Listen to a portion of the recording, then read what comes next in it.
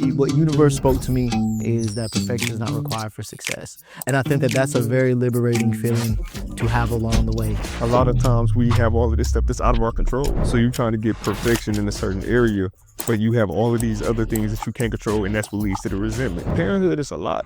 We take it for granted sometimes. Involved parenthood is the most beneficial thing I've ever done, but it adds so much pressure in life. When I was leaving out, my son's like, "Good morning, how was your nap?" I was like, "My sleep was good." I was like, I gotta go to a meeting." He was like, "No, I don't want you to go to a meeting. I want you to stay here." Yeah. I just told him, I said, "Son, one day you'll be a man and you'll have to do this as well." I said, so anytime I'm out making money, it's not because I don't want to be with you, it's because I have to. So now what he says is, "Daddy, you have to work so you can get me some more action figures." Got him a Wolverine action figures. How do you coach young people to turn their strengths, even those that come with OCPD or OCD, into an advantage? Acknowledging what your strengths are. So they have, the Strengths Finders quiz book. Take that quiz and really just understand what the strengths are, read about them, find areas where you could apply it. She has OCPD traits as well, right? Very on and up. I know, so her being very organized, she's looking for work. I said, okay, that can be your strength when you go to companies, is getting stuff organized. You might not be the best person to talk to people, so maybe your role might be in tech, or maybe it's automation. Is Shannon Williams, known as the OCPD Coach. He's dedicated his life to helping people break free from perfectionism and control so they can build healthier, more balanced lives, transforming how we think about success, identity, and personal growth. All right, so I do want to be respectful of your time. No, I'm surprised that you aren't checking it off the list. Huh? I'm surprised. I'm the type of person I have to keep crossing everything off the list. Otherwise, I wouldn't know where I'm at. Well, now the list is in my head. You know? Got you. As I'm kind of listening to you, you know what I mean, speak and kind of go through the things that you talk about. Like, there's a new little checklist. So that's why I had to go to the dates adder. That's why I had to go to the back of the paper. You know what I mean? Yeah, absolutely. I kind of use this to orient like where I'm at in some of the arc of the stories and things that I think people, I don't know, people that might want to know. Yeah. And I think one thing that I want to get to, and we're going to tap into this after, kind of a little lightning around everything, is the greatest things that you've kind of like learned in the life side of things as you are navigating with this. Because I'm sure even in the past 5 months, a bunch of relevant lessons have probably come to you as far as how do you navigate, how do you balance the way that life is, which life is unexpected. Yeah. Life is going to give you feedback, both positive and negative. Life will just give you neutral feedback. And how you hear it is the difference, which I think is a huge, I think is deeply relevant to the human experience. Yes. You know what I mean? And perception, perspective on things, right? We kind of talked about being able to flip positives and negatives. What does it look like? How are people seeing this? How would you define the main traits, right? Does that make sense? Yes, Is it there's the anxiety that comes in it, and is it that anxiety come from feeling as though the vision in one's head has to be what is laid out? I always try to dumb it down to hyper efficiency. Okay. And I think all of the traits kind of tie back to it. Okay. Because we say perfectionism, but why would you want to be perfect? Like, what's the actual benefit of being perfect? The reason why I've tried to be so perfect in different scenarios in my life is because I just have thought that doing everything the right way is more efficient. The reason why I like to work so much is because I think that working hard is efficient. It gets you results. Not wanting to move stuff around in my schedule because I've efficiently balanced how the whole schedule was going to work out so we get a specific result. So I think all of it comes down to that. Now, the issue is this, as you mentioned, we hold ourselves to a standard. But the issue becomes when we hold everybody else to that same exact standard. And when they don't meet that standard, you get pissed off about it. Or you get to the point where you don't want to deal with that individual anymore. So this is really hard with relationships where you have to, at the end of the day, understand that we're humans. Like the person was not made to be perfect for you in every single sense of the word, right? The person that you're with is their own person. So with that being said, I think it's just really a difficult thing for people with OCP to swallow the fact that they cannot hold everybody else to that same expectation. Right? That's valuable, because I think that I always like to delineate any mental disorder, so to speak, or anything that has like a mental psychological label from there's the function and it has a function Yeah. just as much of a function as it has a dysfunction. Yes. Just to clarify, Yes. the dysfunction of OCPD, it's not the traits, it's not the hyper efficiency. What it is the pissed offness when the things aren't met. Yeah. That's the problem. Mm-hmm. Yeah. I imagine. For me, yeah. And maybe the awareness of other people or something like that. Yeah. So it's like it's the reaction, any negative reaction to the world around us. Right. And you said negative reaction. So that, and then even internally, man, that's the other thing. I think a lot of shame comes with OCPD as well. As I mentioned earlier, how easy it could have been for me to label myself as a failure because I had these high expectations I never could meet. This is funny. This is one of my theories in the course, but I say we by default always want to shoot for 110%, not even knowing, right? We would try to just do 100%, but I think with OCPD, you always naturally add that extra mile into it. You just add it in. It has to be something unattainable about this goal. Exactly. So with that being said, it's gotta be, it's just not, it can't be like, this is too basic. Yeah. So with that being said, what I actually try to do is have people identify what 80% would be, like your 80%, and then try to go for 60%. But it's so necessary to have a healthy balance. And I had to do that at my job. I was always the person, I'd be working 2 a.m. for a company, just working. Even when I wouldn't be getting paid more for it, I would just be working.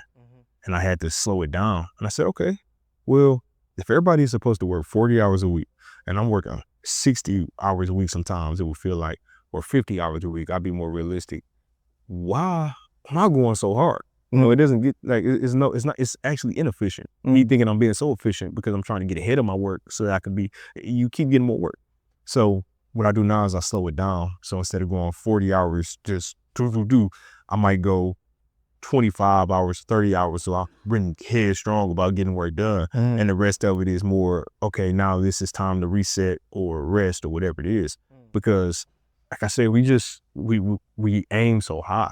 But then what winds up happening, me aiming for that, I wound up doing 40 hours. Like I actually wound up doing the way it's supposed to get done. It always happens. I'm like, all right, today I'm gonna take a break. I'm not gonna go. And then at 7 p.m., 8 p.m., it's a fire. And they're like, we need help. So I wound up pulling my laptop out, help people out. So that's how it always winds up working out. And that's what I think. You asked me a little bit earlier. I didn't answer, but I think you said the biggest thing I've learned or greatest thing I learned. And I think it has been that I need to not be take everything so serious. And I would capitalize the word so. Like I think we should take stuff serious. But we take it so serious. And that spectrum we talked about, that's the spectrum from it being functional and dysfunctional. It's like a loop almost. So functional here, dysfunctional here.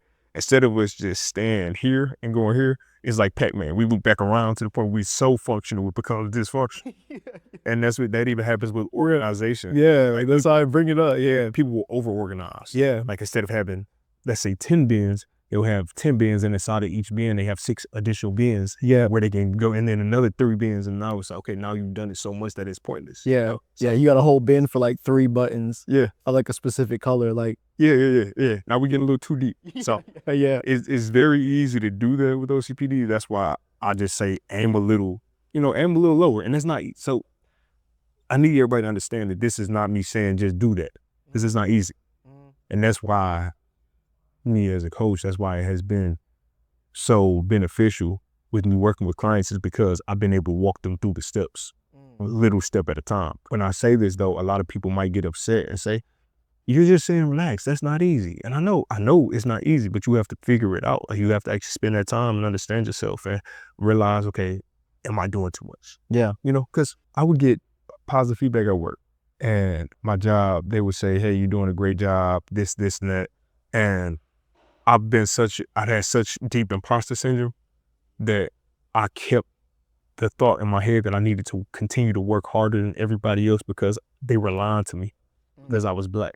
And I even asked my director straight up, do you think I would ever get genuine feedback because I'm Black? Because I know my team is not Black. Would they ever give me genuine feedback, or would it always be everything is good? You know? And that was an interesting conversation. It was like my director, that's my guy. Right? Yeah, still my guy. Well, I'm curious what they say, man. He told me. And what do you think is real? You know what I mean? Like I trusted him. That's why I asked. And what he told me was, they will give me feedback, but they might filter it a little bit because obviously, you know, they don't want to make it seem like they're coming down on the only Black person on the team, you know? So I got a question for that too. Yeah. Just like as a question to create space is like asking people, if you knew that I was not going to get offended or angry, what feedback would you give me on my role or something like that? And I try to do that with my students all the time, because there is a power differential, right? Yeah. I'm a tutor, I'm an adult, they're children, right? You know what I mean? Fundamentally. And I also think I carry myself in a way that my students respect, right? But in order for me to grow, for my business to grow, it's highly important that I understand transparently Yes. and honestly how they feel about the things that I do. I'm a very experimental tutor as well. Like, I will play around with different modes of learning. I'm like anti-standardization, you know what I mean? Type thing. And I try to have a little balance, because obviously I can run a business. So like, you know, I got to be able to make sure that we have things that we do on a regular basis. But I like to try different things if I think that there might be something that works better. That's the best. Yeah, that's the best kind of teacher. Yeah, and I have to like normalize them feeling like they can give me negative feedback, because that's what allows me to know that the positive feedback is true. Yes. Exactly. You know, so like I have a feedback form. It's got rows, highlight, bud, a growth area that I can do. Funny thing is they always fill it in for things that they can do, but that's okay. You know what I mean? Because if they need that growth, then that's something that I can do better as well. And a thorn, right? It's a blessing, but I hardly ever get thorns. And at some point, like, I'm kind of hungry for some criticism. Like, I think you get to a point where you feel like, oh man, I'm doing good, but I don't want to get comfortable. I don't want to get comfortable, and I don't want to be delusionally doing good. Am I playing in a too small of a realm right now? Do I need to enter a different arena? Okay, more that's what I competitive. was gonna say. Yeah. You know what I'm saying? Yeah, but so that's what I was gonna say. If you want to get that feedback, you probably need to hire somebody that is at a different level, that has been doing it for a while, like an expert, and ask them to come in, because they have a different frame. But what I would say is, okay, so figuring out what that goal is that you're trying to hit. Like, are you actually just trying to expand with it? Or are you trying to say, okay, I'm in this, role, and I just think I can be doing something better? Because that becomes an obsession that can be healthy to an extent. But then if you keep doing it, then you just keep striving for something. Like, you keep striving for something, and it can be unattainable at some point or unnecessary. You know what I'm saying? If you are hitting the goals that you're trying to hit, then you're doing it. You don't need to try to, we just get obsessed with trying to find what's wrong. You know what? And I think that is exactly the point in thinking and hearing you out. Because I think that that's a big thing, is like doing better than my competition, which was the whole goal. But it's hard sometimes to believe that is truthful. Like, I have to find the negative thing, the thing that's like, you know what I mean? Like, it can't. I get you. Like, no, I get you. I know that I'm putting in the work to serve people over and above, and yet it's like, it surprises me that there isn't more problems, because I see the imperfections in me going about doing my thing. I see the times when a student comes in, there are people waiting at the door, and I gotta have this student waiting for a little while. And I'm like, oh shoot, well, I should be there, but I can't be there or be here. You know what I mean? But I still never had problems. Or like, the biggest thing that I'm getting into right now is being able to now trust my team. But I noticed that there's this pattern of looking for the thing that I'm not doing right, when the truth is there's a whole bunch of evidence of things that are going right. Exactly. You know what I mean? And that's why I always said it, for me, it's hyper efficiency. Like, you really want everything to go as smooth as possible. But you have different reasons for driving hyper efficiency, but it's still there. And I had a similar situation this past Sunday. It's a little different because I'm not getting paid to do it, but I was sick and I wasn't able to go to church, and I always lead that team now. And I wasn't there, but I had to leave it in capable hands. And what I did was I challenged myself. I said, I'm not calling a single person. I'm not thinking about it. I'm actually letting it go. And I said, it's nothing I can do anywhere. I'm not going up there. I'm sick. At this point, that was the best test. I mean, just talking, not even a question. I try to look at big companies like McDonald's, Facebook, Tesla, and these billion-dollar companies still release broken stuff. Every fast food restaurant, they get your order wrong. You still go. is very interesting when you consider that fact, and then you stop trying to look at yourself to get every single detail right. And that's why I say MVPs. What's the MVP for your business? Like, what are the things that you require of yourself for your business? As long as you're hitting that, you're doing it. That's real. Yeah. What universe spoke to me right now as we was kind of talking is that perfection is not required for success. And I think that that's a very liberating feeling to have along the way. Yes. It's not required for goals to be met. It's not required for anything that we're really trying to, And then the most important goals. Like, dude, you got to understand too, perfection. How do you measure perfection? yeah, And how long is it sustainable? yeah, Like, what is perfection to you? Because perfection keeps moving. yeah, It evolves. yeah. So perfection to you is making sure you always have somebody here for everybody that's coming. Every class gets out on time. Yeah. Everybody is here early. Then Full 2 hours of attention are Full 2 filled hours. with highly enriching, Yeah. relevant stuff, in that there's a lot of, like, everything is learned, everything is digested, Yeah. right? Everything that we said, but to your point, completely unattainable. Yeah. There's no way that students are going to come in here for 2 hours and pick up everything that I'm saying Yeah. and the insights in one session. Yeah. After having had these problems for years on end. Yes. And then you get into the other thing that's kind of interesting as well, which is a lot of times we have all of this stuff that's out of our control. So you're trying to get perfection in a certain area, but you have all of these other things that you can't control, and that's what leads to the resentment. And now you're pissed. Like, you start getting mad at yourself for getting sick. You start getting mad at your instructor at the martial arts class for having class at that time on those days and not being willing to move it for you so you can do your business. Like, it just keeps going. When you had a family and all this stuff, now you're getting mad because they're taking time away from your business. Like, all of that stuff. So that's why the MVP is required for me now, because that's how I measure success.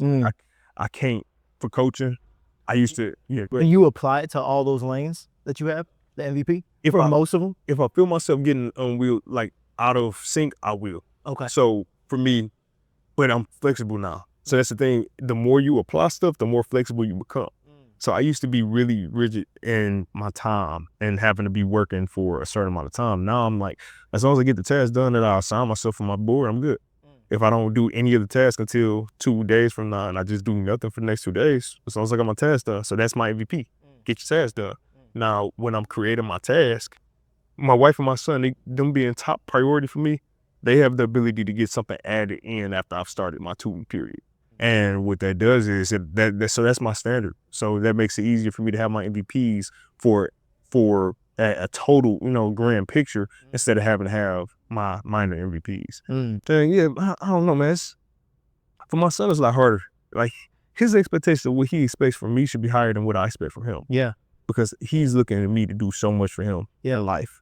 Which it will be a very interesting. I'm very excited to see what that will look like as years and time progress. The things that you are have, you know what I mean? Things you talk about, like how revolutionary that could even be for parents to have a perspective of what kids are minimum viable expecting for the love and the attention that they're looking for. And that might be it. And I think that might be like a very transformative frame experience for both young people and parents and adults. I think one of the biggest changes going on right now in kind of like, I would say, family relations, especially family relationships here in the United States, is I think that, for better or for worse, and because there's pros and cons to it too, I think that there's been more of an erasure of the lines between, like, just between positions, so to speak. I see a lot more parents and families wanting to consult with their kids, and it being like, not just do as I say, do as I say, do as I say. And because I think that that's the world that we're moving from, right? I don't think that world has its own pros and cons too. But I bring that up because if you feel like, oh, like, I don't know what to do about my student having this, that, or the other, have you asked them? Right. Like, I think that that's like step one. Yeah. And number one, before you even ask them, have you created a space where being asked doesn't feel like it's going to be a threat? Right. Which I think it has to even come before that. Like, it may take a little while to be like, hey, in order if I see you're whatever depressed or something like that, and I know maybe you're just never home or something as a parent or whatever it is, right? Like I said, the life stuff that children have to deal with ideally should overcome some of the things that we want that's ideal as a parent. Yeah. Like sometimes, you know, it's probably inconvenient sometimes. It is. And it's crazy, man, you say this. When I was leaving out, my son's like, he came, I was in the shower, he came, he was like, Dad, what you doing? He said, good morning, how was your nap? I was like, my sleep was good. And then I was like, Dad, I gotta go to a meeting. He was like, no, I don't want you to go to a meeting. I want you to stay here. Yeah. And for me, that's where I have that moment where I have to figure out, okay, now I'm put into a hard place. Yeah. Because I have that tier 1 relationship with my son. And I have something that I need to get to. And instead of me getting upset at my son and saying, why would you expect me to, you know, I just told him, I said, son, one day you'll be a man and you'll have to do this as well. And I said, I explained to him, like I actually have deep conversations, probably too deep for a 3-year-old. No, I said, dude, then I explained everything. Yeah. He calls money me money. And he doesn't like when I have to go work and I have to explain. I said, come here. I said, see all these action figures in your room? I'm like, that has to come somewhere. I say, I have to work to make money to get all of this stuff, to take care of this stuff. I said, so anytime I'm out making money, it's not because I don't want to be with you. It's because I have to. Like I actually have to do it to provide. And I have that. And that's a 3-year-old, man. But I had these conversations because he won't fully grasp that yet. But hopefully the more he hears it, like now he repeats it to me and I make it about him. And I say, look, the more I work, I can get you more action figures and more stuff. So now what he says is, Daddy, you have to work so you can get me some more action figures. Got him a Wolverine action figures. It's just, but I can show him. So I'm telling you why I work. Now I'm showing you what he gets when you work. Yeah. So when I do work, you can understand the value in it. Yeah. Because like kids, they don't understand the value and stuff. They're not going to understand why you do it. Oh, absolutely. I think that that's super important, is understanding that balance of time. I think that when I see the students that are sometimes most disillusioned, it's because they haven't connected like the fact that the things that they get have come from somewhere. Yes. Either it's come from time or it's come from somebody else's efforts or it came from something that was sown 20 years ago. I'll probably be an older parent, you know what I mean? Like just knowing how I am, the arc of my life, you know, not super older, but I've noticed that a lot of the people that I trust, that I surround myself with, and that like I look up to, my mentors, I've all started families later in their life. One of the things that I always think about that sometimes is a future concern is what they get. I know where you're coming from. You know what I mean? So it's a generational thing where it's going by the 3rd generation because... Yes, because people, especially when people take things for granted, you know what I mean? And they have no insight into the work that was required to get to the Rockefeller. And like, for me, I actually, obviously, I'm hoping that wealth comes my way, success comes my way, all those types of, as a matter of fact, it's already done. Man, you doing more? It's already done. Man, come on. But the thing is when I get to the point where life is now me just celebrating, like, you know what I mean? Vacations are easy, no problem. I got the time for them. I got the space for them. I don't want my children to take that for granted.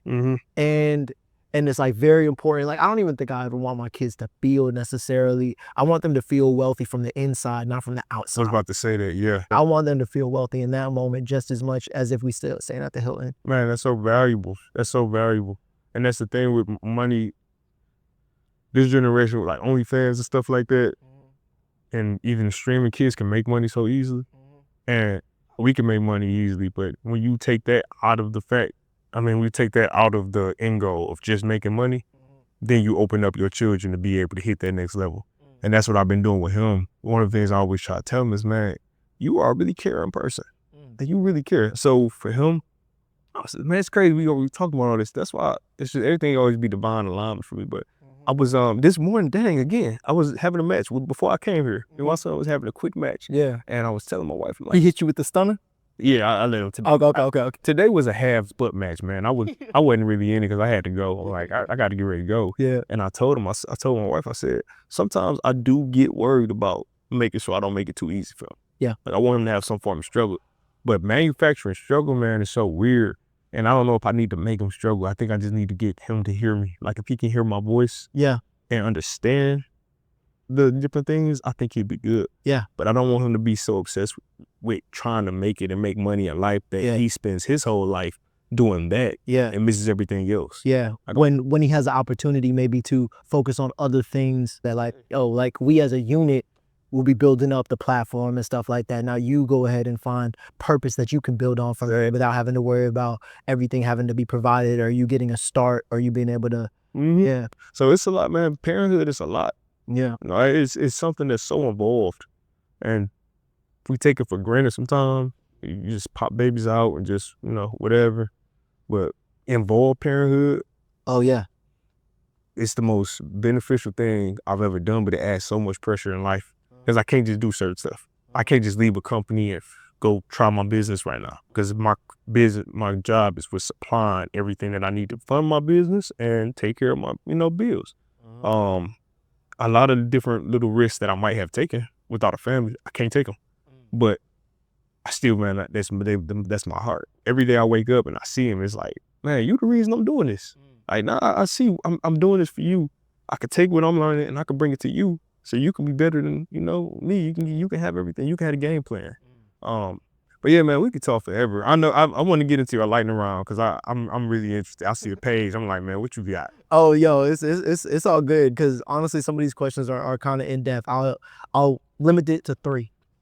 The first one that I had starred was, how do you coach young people to turn their strengths, even those that come with OCPD or OCD, into an advantage? Into an advantage. Okay. First thing is acknowledgement. So acknowledging what your strengths are. So they have, what is it, the Strengths Finders quiz or book? I think that's good. I think young people can do that, take their quiz and really just understand what the strengths are, read about them. Second thing is find areas where you could apply it.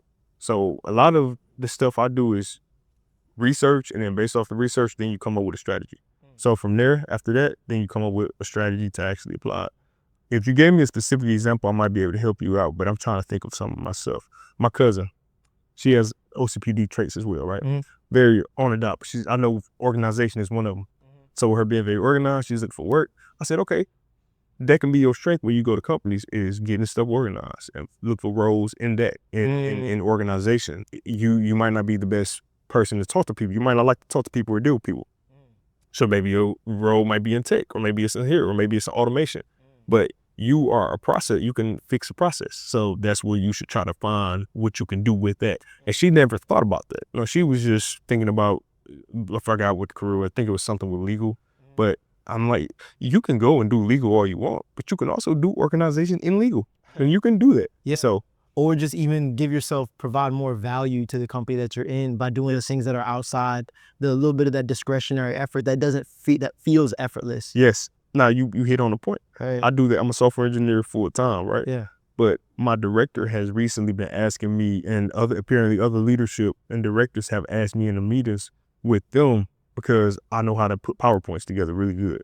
Because that's like attention to detail, making it clear, making it organized. Those are some of my strengths. So I could take a PowerPoint, and then they have me. So I'm in these meetings where I probably wouldn't be in there at my position and my experience. But I'm in these meetings now because that's my strength, is that. So now when we're having bigger meetings, hey, Shannon was the one who put this together, or this. But like you said, adding value with that strength. And you'd be surprised that people, they need people who can do stuff like that. And it actually takes away from the work I have to do, because he's like, hey, if you can put this together, you know, don't worry about the other work you have to do right now. We're good. This is a big presentation that needs to go up like 4 levels, and we want to make sure it's on point. And the person above me specifically asked for you because you could do it, and we've seen, you know, the work you do. And all of that came because they asked me to do a presentation on myself. And I put my own PowerPoint slide together with all my information. And when they seen it, they was like, we need him to do it. So it's like stuff like that, little stuff like that, that's value added.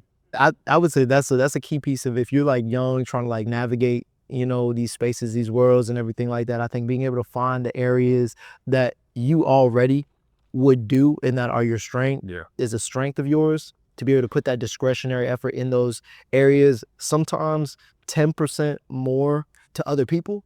Like, it's nothing to you because it's something you're going to do anyway. You're already going to put in the effort to make the PowerPoint good. Or maybe you're a person who's already going to go out their way to check in with other people. Or you're the type of person that's already going to make sure that you're asking questions and thinking about the risks associated with something. Or maybe like you're the worried person, but you put it into a formal way that is something that can provide value, as opposed to doing it whenever your brain just wants to do it and to provide it into something of value to people. And I think that's That's a great point. That's good. You know, so another thing that I want to talk with you about is, do you have any advice for students with OCPD, OCD who are about to enter college or any highly competitive environment? That's good.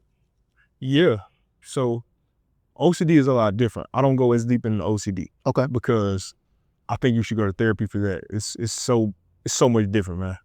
I don't even know a lot of my OCD. I've never gotten into grass, and I don't know what will fix it, and I probably won't get it fixed. So I'm just like, it's all right.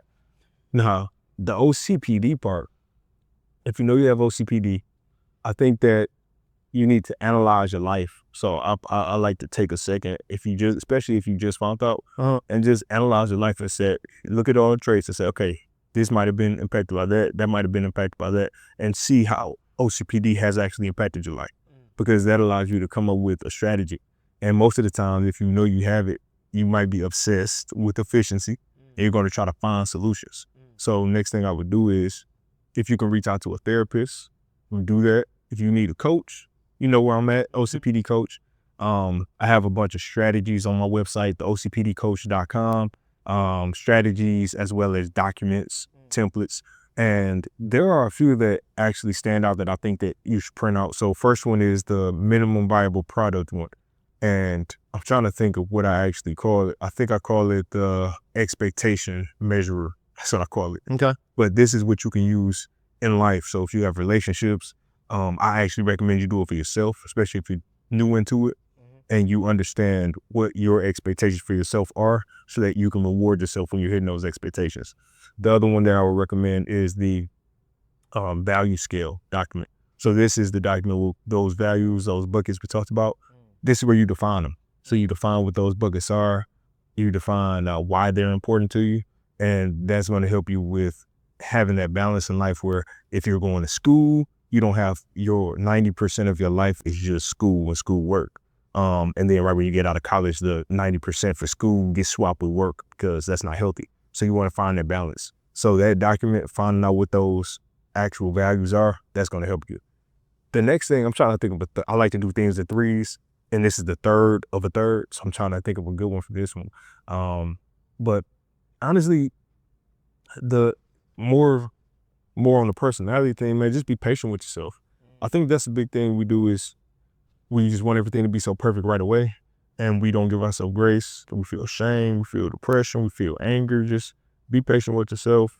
Understand that it's a growth opportunity, and also be transparent. That's another thing. Me sharing my disorders, disabilities, what you want to call them, has actually improved my relationships, because I'm going back, people that I disagree with at work and haven't talked to in years, reached out to them on Facebook and said, I'm not making an excuse for it, but I did find out I had these issues. And because, I'm actually in this realization that I've impacted people negatively, I wanted to apologize to you if I did come off the wrong way, or if I did something wrong to you.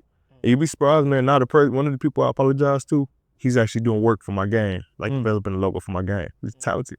But it was just, I knew I was rubbing people the wrong way, because I was just like, no, it got to be done this way. And I had all these ideas, and with especially older people, that doesn't really work. So I'm going I'm going deep, but that's basically what it is. Those would be the steps. So make sure you just try to be transparent and share with people. They might open up, and you might actually make people more aware of your situation. Yeah. That's happened a lot, talking to people, and they're like, I got that too. Yeah, absolutely. I mean, I learned a lot in conversation with you, which is why, I think that we continue to connect, and why I like connecting with you. And I think that, number one, I'd love to put some of these resources. I'll put these resources as like somewhere in the link or something like that. Okay. I would love to share some of these resources with some people about these templates and everything.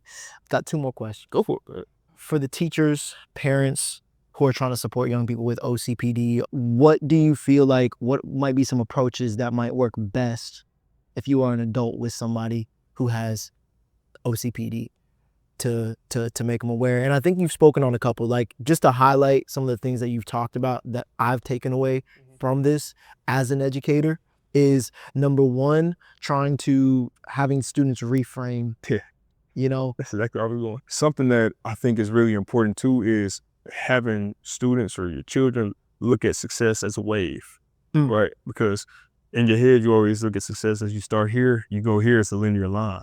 But in real life, you might be here, come here, hop back down for a minute, hop back up, hop back down. So if you can get them comfortable with understanding and accepting that fact, then I think a lot of it will actually start to work itself out. Because if a student gets, let's say I'm giving grades, but if they get an A and then they get a B, they might feel down. They got celebrated at the A. They might feel down at the B because like, dang, I let y'all down because I didn't get the A like last time.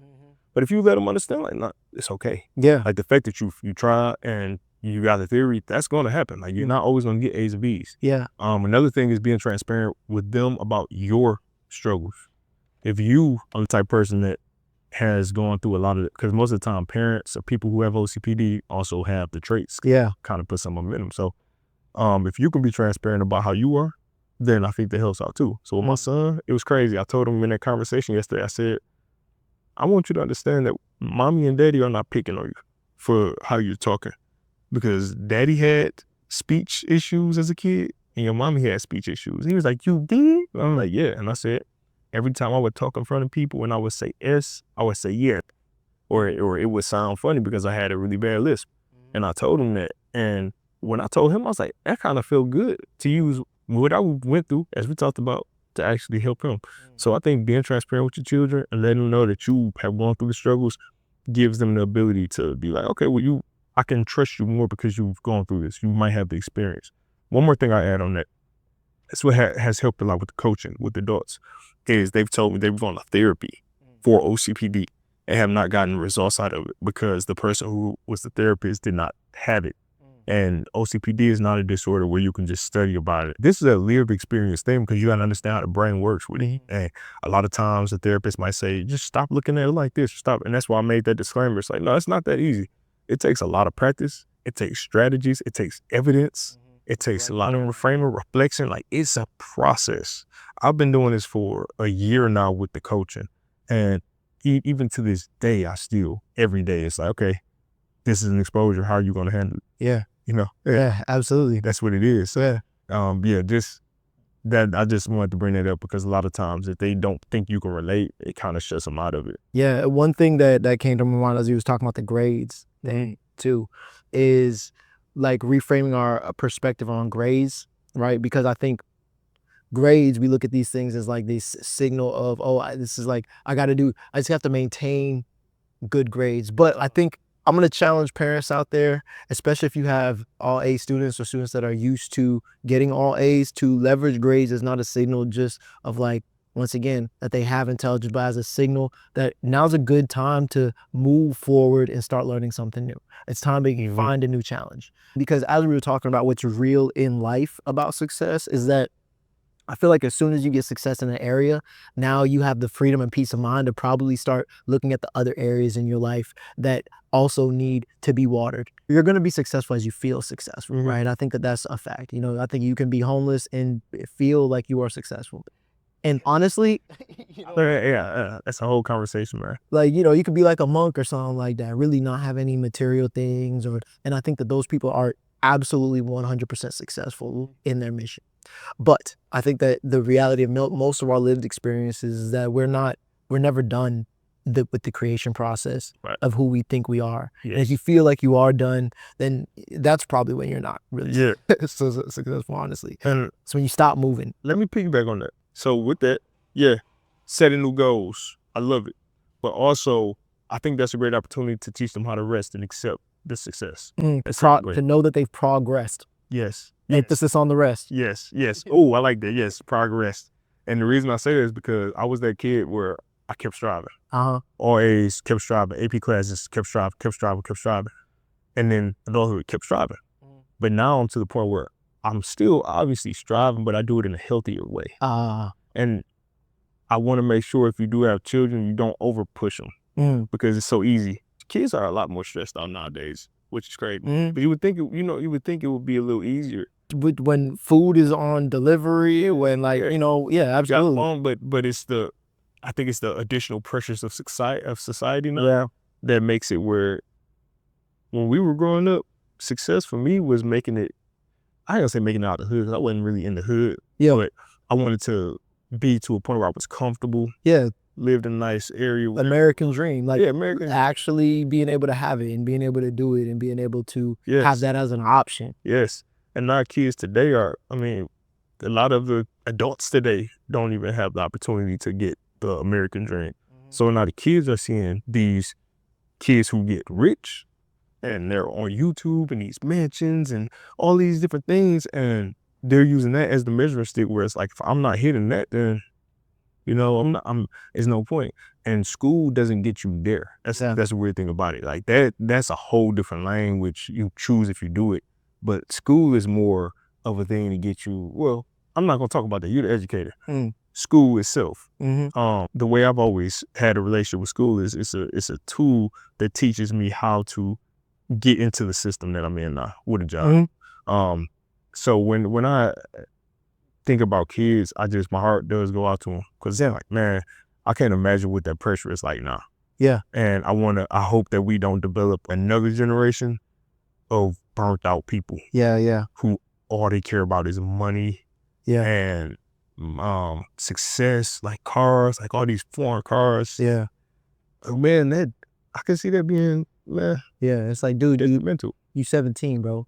Stop trying to drive a Bugatti. Yeah. It's okay. Yeah. You know what I mean? I got a young man another young man who I'm with at the church, and he was telling me about the first car he wants. And he's, like you say, 17, he's showing me the car.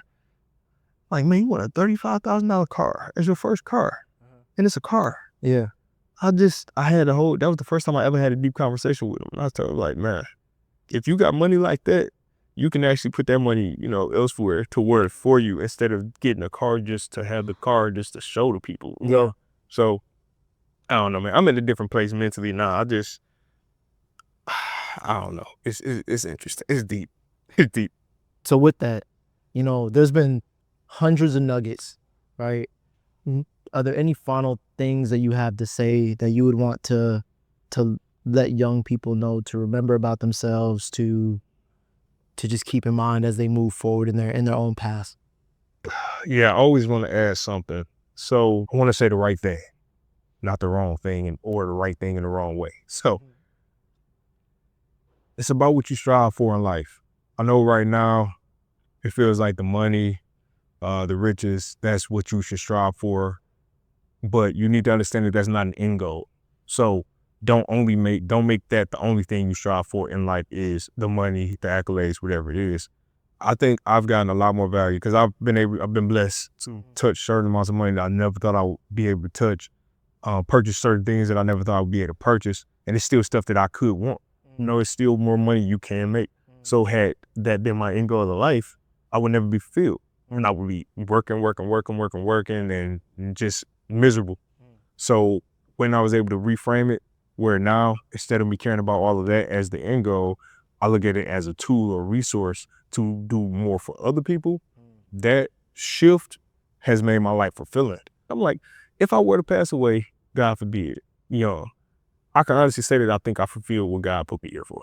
Just the people that I've been able to touch, the relationships I've been able to cultivate, past anything financially, any of that. Yeah. And that is what every single day, striving after that feeling, that changes it. Yeah. That changes it, man. Look every single day. So you can, basically what I'm saying is, you can be a teenager in school right now and get that feeling. Yeah. You being there for somebody, if somebody's depressed or somebody's having a bad day, man. I was the one, every time it was the kids, people wouldn't want to communicate with them, I was the one who'd be like, come on, you my friend now. Yeah. Because I have that feeling, like that sense of duty. You don't just feel bad, you want to help people, you love people. So if you can be that person, then I think that you are more emotionally, internally, mentally rich, successful than a lot of people who go out here and get all the money but don't have that. I will say we need more people like that. Like, there just needs to be more people that are checking in on the people that no one's checking in on. Yeah. Because at the end of the day, I think about this all the time when we think about either a perception of being worried about, shootings or depression or all these things. The small aspect of responsibility that we can take is, I see you and I may have a moment where 5 minutes of my time showing you that maybe you're not weird or you're not, let me explore what that may look like. Why people may have those challenges, but being able to sit with somebody and just have a conversation, right, through that and understand who they are, I think is so valuable. It's life changing. I'll tell you this, at church, I used to be the person where I only talked to the people I knew. Because that's just, you grow up like that. You don't really go out. And what I started doing was every time I was there, I would try to meet one new person and try to talk to them. And there was a lady at the church. She was an older lady. She was handicapped. And she was, man, I went up and talked to her. Nobody was saying anything. I went up and talked to her. And she was just telling me this incredible story about her life. And she had just lost her brother a couple of days ago. Just lost her brother recently. And she was going through a surgery. We were going through all this stuff. And I had got pulled away from the conversation. And I came back to her. And she thanked me for coming back to the conversation because she thought that it was vain, that it was just, me just, but when I actually had that, it actually built a relationship with her where she knows my name now. My wife, when she came, she got to meet her and she was telling my wife the stories and the updates. And every time I see her now, it's a smile. So when you have, and there's more of stories like that, but not that deep, but even just people I run into and I've never known their name, or I see them always walking and they kind of walk by themselves and I'm like, hey, my name's Shane, what's your name? My name is Mac. Hey, Mac, man, I'm glad to see you this Sunday. Like, honestly, I'm glad to see you because I see you every Sunday and I've never spoken to you. So it's good to talk to you. And something as simple as that, where now every Sunday when Mac sees me and we speak, it's like he feels seen. He can be looking forward to a Sunday to see somebody. So that's why do it. Like, you'll be surprised. It feels good for you as well. Like, even though you're not doing it for you, it feels good for you. And then that'll be my advice, man. The money stuff, money comes and goes. It'll come and go, and it comes when you least want it. Yeah. Well, I think I should say that I think it comes when you are tapped into a mission where it is not necessarily an end goal. And obviously, people can get money that are definitely focused on getting money. That will happen too, But I think that ideally we probably want our lives to be one where we are living with ease as opposed to friction. And if the very same thing that I want requires me to always be in a lane of friction, then I'm sure that those types of people down the line are just looking forward to retirement. I think finding the moments that we can provide value at any stage of our life is like key, and there's so many ways to do that. Yeah, so man. I wanted to thank you so much for coming out here, man. Well, thank you for having me again. Yeah, man. I'm so we'll get into these other questions at some point, man, because I love it. But from signing off from the OCPD Coach channel. So you can find our business, our tutoring stuff at Enlightened Tutoring. And then you can find me at Demetrie Luke. And that's probably where I'll be posting this under the Path to Enlightenment podcast on my end and everything. And what ages do you teach? For the most part, we specialize in, I would say, about middle to high school students, anybody that's trying to navigate that transition of what do I do leading up to college, or what do I do at the end of high school, and how do I prepare myself to have the best options moving forward from there. Perfect. So make sure you check out Demetrie and his business, man. Great guy. And thank you all for watching. If you stayed the whole time, y'all some troopers. Make sure you do something with this information. Don't just keep it. Don't sit on it. Apply it, share it, do something. And we appreciate you. Hope you keep on fighting for your life. Thanks. Peace.